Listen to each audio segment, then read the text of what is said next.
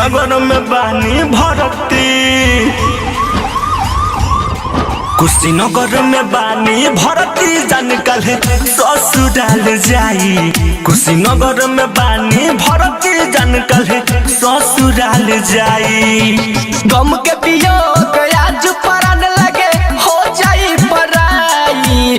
गम के वियोग आज परान लगे हो जाई पराई। कुशीनगर में बानी भरती,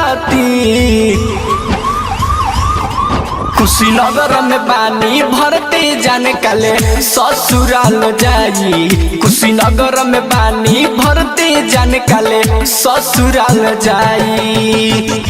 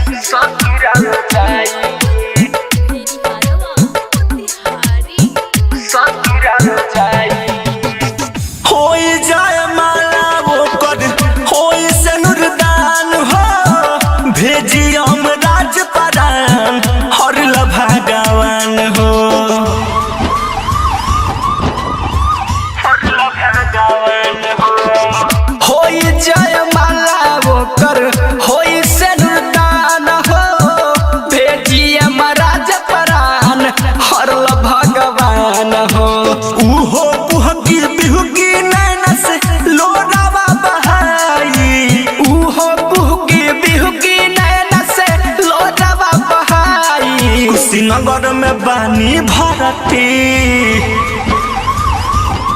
कुशीनगर में बानी भरती जान कल ससुराल जाई। कुशीनगर में बानी भरती जान कल ससुराल जाई।